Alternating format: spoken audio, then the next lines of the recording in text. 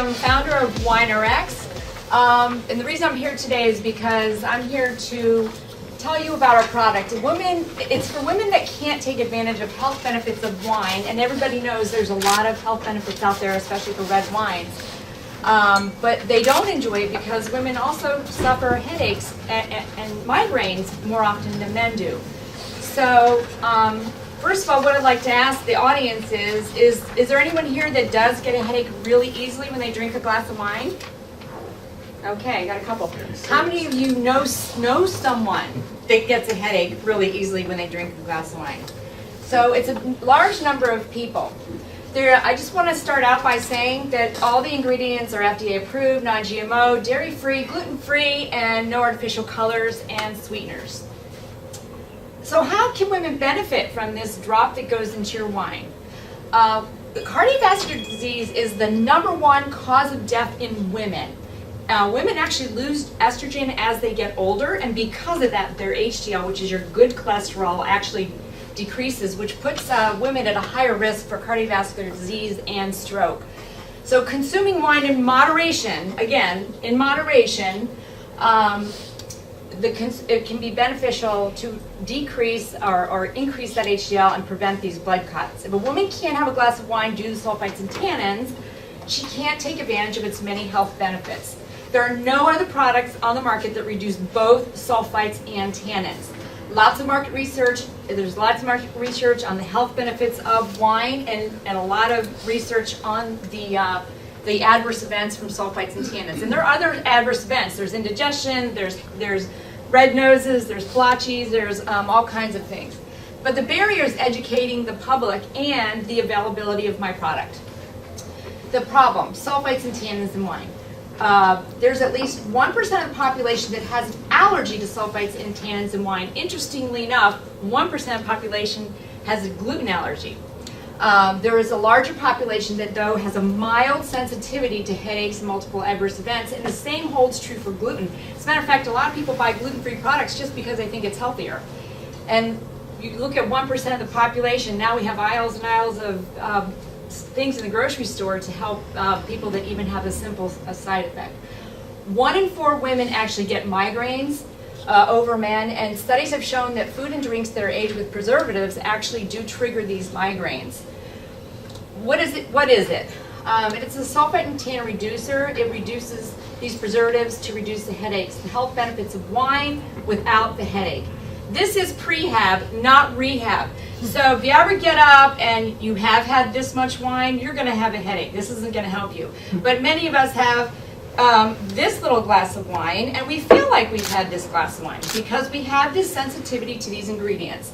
So the compelling benefits of the risk in cardiovascular disease and risk in stroke improves the body. It actually improves the body's response to insulin and can reduce some cancers, and resveratrol can reduce inflammation that causes arthritis. The opportunity market, if I look at 150% growth rate, which is what I've had since I launched this product. I launched this product, had a soft launch in December and fully launched it in January, and we have been growing. And actually now we're starting to grow at a faster rate than what we're showing here now. But over the course of over 5 years, we do estimate if I stay right where I am with no infused money, having a full-time job, I'm going to be at the $1 million rate. What does it do? It reduces sulfites to harmless sulfates. The tannins get bound to the proteins that are in the product. The protein is medium weight protein, which is ideal for red wines. You can use it in red, whites, or sparklings, but the most notable difference is in the red. So you all have a glass of wine right there, and as I'm talking, what I'd like you to do is, if you'd like, you want to participate, that's everyday grocery store wine. Take a sip of that first, and then after you take a sip, I want you to put 1 drop in there and swirl it for about 26 seconds, and I'm going to keep talking while you're doing what you're supposed to be doing back there. Customers are willing to pay for this. 1 bottle is $9.99, and it treats 45 to 55 glasses of wine. That is an increase of 8. Did you? Keep going. Here, one another. Keep going. There you go. So we have found that they are willing. Actually, we started out being a little bit less expensive. We recently raised our price to $9.99, and people are still paying it. Competitive advantages, it's the only one that reduces both sulfites and tannins. Drop it will smooth out the texture of a young red wine. Because you're binding those proteins, it actually will make a really astringent red a little smoother. It is less expensive per glass than any other drop or product on the market. It is portable and easy to carry, and it's made in the United States over in Cape Charles, Virginia. It is officially patent pending, and it has been laboratory tested out of a lab in Napa Valley. The only product that reduces, again, why customers care, because it reduces both sulfites and tannins if you don't know which ingredient gives you the headaches. And we are building brand loyalty. We've had repeat customers already. How am I different? We can use it for red, whites, and sparklings. It can treat both sulfites and tannins. You can treat a glass or a bottle. It's portable, and it is the least expensive per glass. Customers will know we are better because we educate people.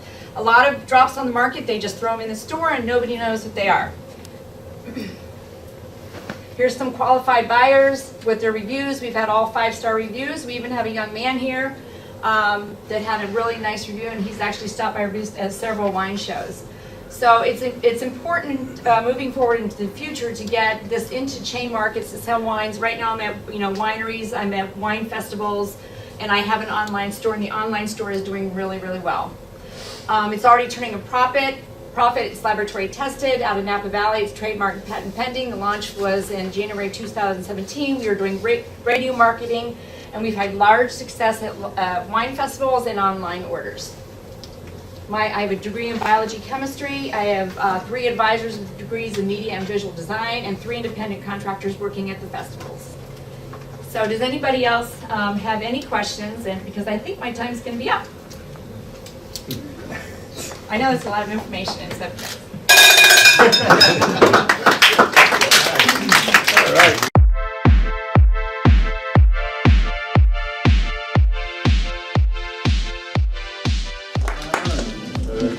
Take it away.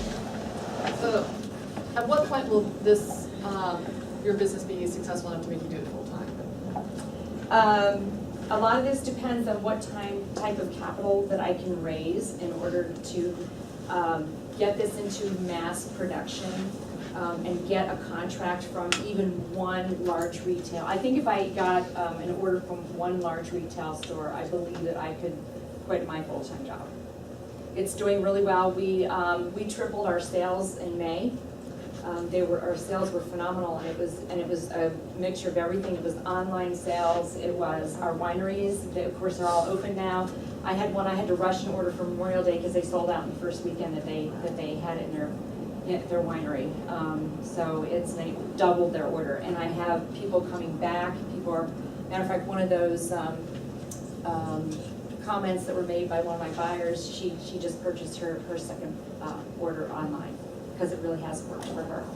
So how's your revenue changed if you're doing it full time? Pardon? How's your revenue changed if you're able to dedicate full time? How's my revenue change? Because if I had enough, Like number wise?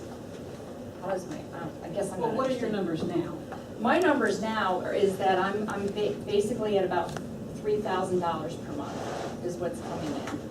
And out of that, I would say $1,500 of it is going towards my product. It's going towards the expense of doing a wine festival. It's going towards travel to festivals and hotels, and then also hiring these consultants to actually work the festivals. So I'm only right now making about 50% of what I'm making. We also did just increase our price as well. We were retailing it for $6.50 a bottle. And through many advisors, we did raise it to $9.99, and some have said I should raise it even higher. I don't think that I have a big enough market yet to go to that point. I can tell you that at the $9.99 price point, no one blinked, even people that had previously purchased it at $6.50. There's not much in your presentation on the method of action. Like how much are you willing to discuss that? Are you willing to put it to Method of action. like how this Oh, makes okay. you not have a headache? Oh, well, I alluded to that in the presentation. There's an ingredient in there, it's food-grade hydrogen peroxide, which reduces the sulfites to harmless sulfates. And then there are 2 proteins, sunflower lecithin and egg white powder protein. And the protein, actually, tannins have an open hydrogen bond, and what the protein bonds to the tannin. A lot of times when you have a wine, the first thing you notice, especially on a red, is sometimes it's a little too dry, especially if it's just off the shelf from the grocery store.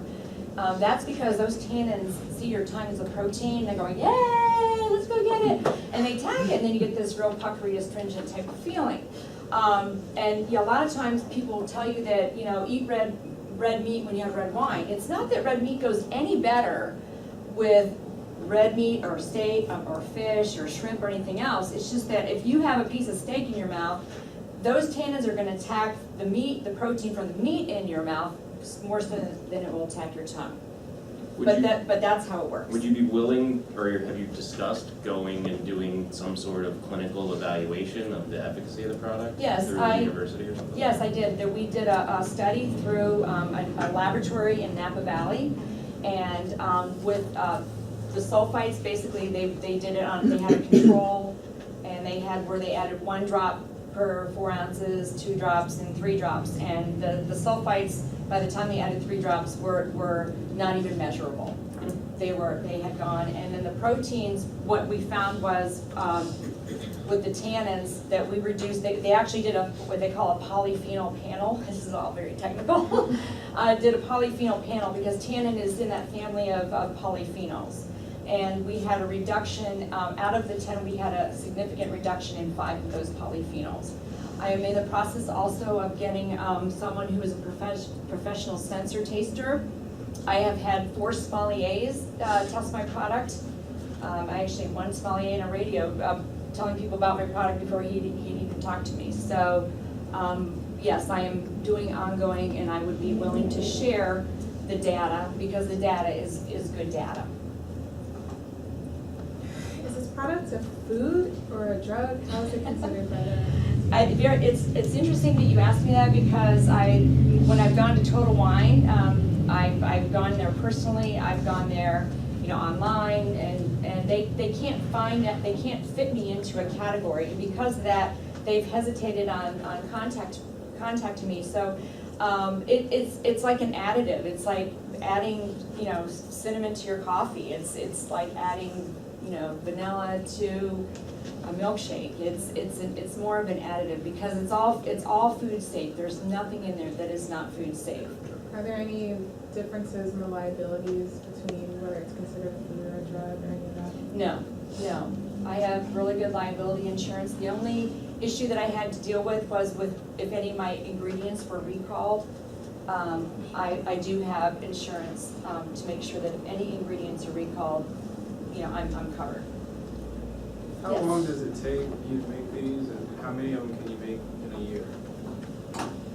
Well, it takes me about an hour, maybe an hour and a half to make 500 of them. And I do bottle them, I package them myself. They do come in a little tiny package like this. You can see I have Heart Healthy on here. It's not only Virginia's for Lovers, but it really is, wine is heart healthy. And if you can't have a glass of wine, women really are putting themselves at risk. It's been a known fact that the resveratrol, the antioxidants that keep you from getting blood clots and strokes and things like that.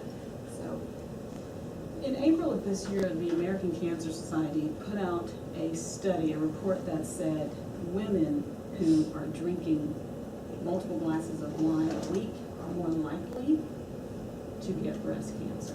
So if someone comes to you and says, I know yours is to prevent the trigger of a migraine headache, what else would you say to them if they came to you and said, but how is this good for women and families if we have to look at this new study that says? I actually would like to see that study and see who had that study. I actually worked with breast cancer for many years. I actually launched Thin Prep Pap Test, which is for surgery. All right. So we have scheduled